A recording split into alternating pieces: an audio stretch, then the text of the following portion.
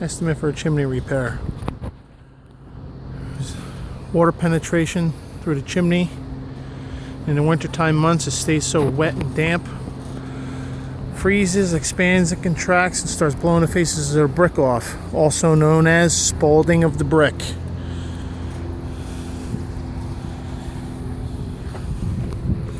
Looks like the chimney can still be saved rather than taking it down to the flashing and rebuilding it. So what we'll do is remove damaged bricks where needed.